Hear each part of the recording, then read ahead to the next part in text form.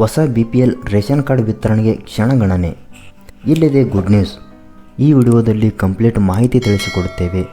ವಿಡಿಯೋವನ್ನು ಕೊನೆವರೆಗೂ ನೋಡಿ ಮತ್ತು ಚಾನಲ್ಗೆ ಹೊಸಬರಾಗಿದ್ದರೆ ಸಬ್ಸ್ಕ್ರೈಬ್ ಆಗಿ ಬೆಲ್ ಐಕಾನ್ ಆನ್ ಮಾಡಿಕೊಳ್ಳಿ. ಹೊಸದಾಗಿ ಪಡಿತರ ಚೀಟಿಗಾಗಿ ಕೋರಿ ಅರ್ಜಿ ಸಲ್ಲಿಸಿದವರಿಗೆ ಶೀಘ್ರದಲ್ಲಿ ಪಡಿತರ ಚೀಟಿಯನ್ನು ವಿತರಣೆ ಮಾಡಲಾಗುವುದು. ಈ ಕುರಿತು ಸಂಪೂರ್ಣ ಮಾಹಿತಿಯನ್ನು ತಿಳಿದುಕೊಳ್ಳಲು ಈ ವಿಡಿಯೋವನ್ನು ಕೊನೆವರೆಗೂ ನೋಡಿ ಮತ್ತು ಚಾನಲ್ಗೆ ಹೊಸಬರಾಗಿದ್ದರೆ ಸಬ್ಸ್ಕ್ರೈಬ್ ಆಗಿ. ಚುನಾವಣೆ ಕಾರಣದಿಂದಾಗಿ ಹೊಸ ರೇಷನ್ ಕಾರ್ಡ್ ವಿತರಣೆ ಕಾರ್ಯ ಸ್ಥಗಿತಗೊಂಡಿತ್ತು. ಜೂನ್ ಅಂತ್ಯಕ್ಕೆ ಒಟ್ಟು 2,95,986 ಅರ್ಜಿ ಬಾಕಿ ಉಳಿದಿವೆ. ಈ ಅರ್ಜಿದಾರರ ಸ್ಥಳ ಪರಿಶೀಲಿಸಲಾಗುವುದು. ಬಳಿಕ ಅರ್ಹ ಫಲಾನುಭವಿಗಳ ಮಾಹಿತಿಯನ್ನು ಜಿಲ್ಲೆಗಳಿಂದ ಪಡೆದು ನಂತರ ಆರ್ಥಿಕ ಇಲಾಖೆಯಿಂದ ಅನುಮತಿ ಪಡೆದು ಹೊಸ ರೇಷನ್ ಕಾರ್ಡ್ ವಿತರಣೆಗೆ ಕ್ರಮ ವಹಿಸಲಾಗುವುದು.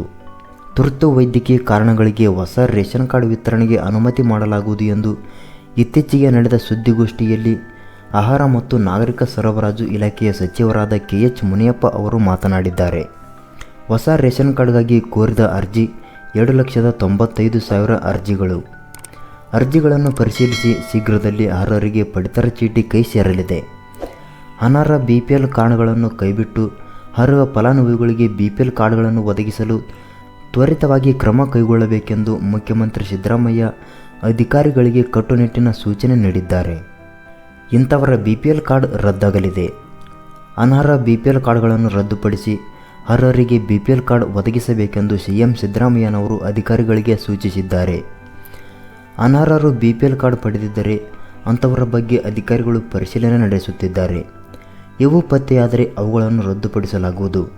ಇದರ ಜೊತೆಗೆ ಪಡಿತರ ಅಕ್ಕಿ ದುರುಪಯೋಗವಾಗದಂತೆ ಕಟ್ಟುನಿಟ್ಟಿನ ಕ್ರಮ ಕೈಗೊಳ್ಳುತ್ತೇವೆ.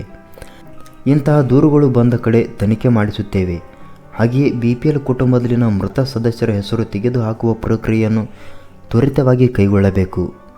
ಜನರನ್ನು ಅನಗತ್ಯವಾಗಿ ಅಲೆದಾಡಿಸಬಾರದು. ಅವರ ಸಮಸ್ಯೆ ದೂರುಗಳನ್ನು ಆಲಿಸಿ ಅಗತ್ಯ ಪರಿಹಾರ ಒದಗಿಸಬೇಕೆಂದು ಸೂಚನೆ ನೀಡಿದ್ದಾರೆ. ಈ ಮಾಹಿತಿಯ ಬಗ್ಗೆ ನಿಮಗೆ ಏನೆನಿಸುತ್ತದೆ ಕಮೆಂಟ್ ಮಾಡಿ ಮತ್ತು ವಿಡಿಯೋ ಇಷ್ಟ ಆದರೆ ಲೈಕ್ ಮಾಡಿ.